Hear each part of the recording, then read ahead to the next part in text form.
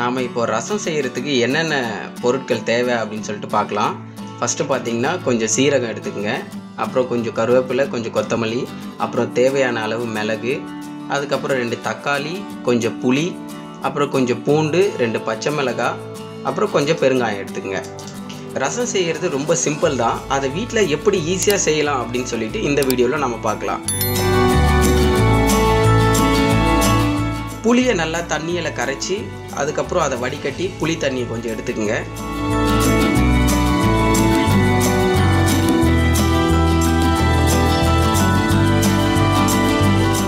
தக்காளியை நல்லா இந்த மாதிரி கையால் மசிச்சு ஒரு கிண்ணத்தில் வச்சுக்கோங்க.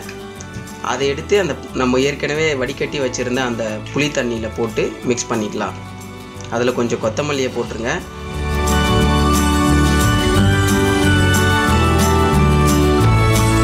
அப்புறம் நம்ம எடுத்து வச்சுருக்கிற இந்த மிளகை நல்லா இடித்து மசாலாவை ரெடி பண்ணிக்கலாம். அதுக்கப்புறம் சீரகம் இதை போட்டு நல்லா இடித்து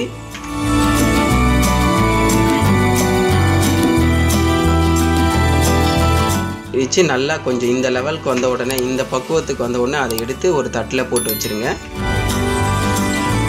அடுத்து பூண்டு, அப்புறம் 2 பச்சை மிளகாய், கொஞ்சம் கருவேப்பிலை, இது 3த்தையும் சேர்த்து நல்லா அரைச்சி வச்சுக்கலாம்.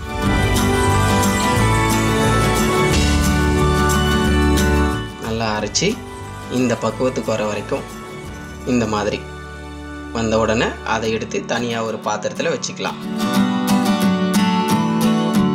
அடுப்பை பற்ற வச்சு ஒரு பாத்திரத்தில் எண்ணெயை ஊற்றிக்கலாம்.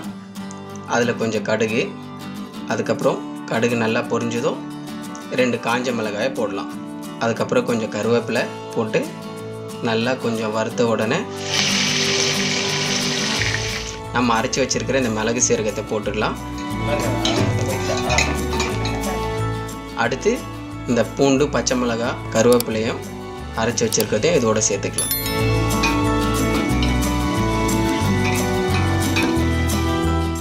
அடுத்து தேவையான அளவு கொஞ்சம் பெருங்காயம் சேர்த்துக்குங்க.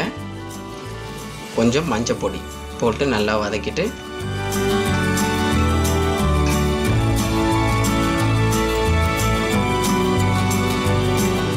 இப்போது நெக்ஸ்ட்டு நம்ம ஏற்கனவே புளி தண்ணியில் தக்காளியை சேர்த்து கரைச்சி வச்சுருந்தோம் இல்லையா, அந்த தண்ணியை இதோட சேர்த்துக்கலாம்.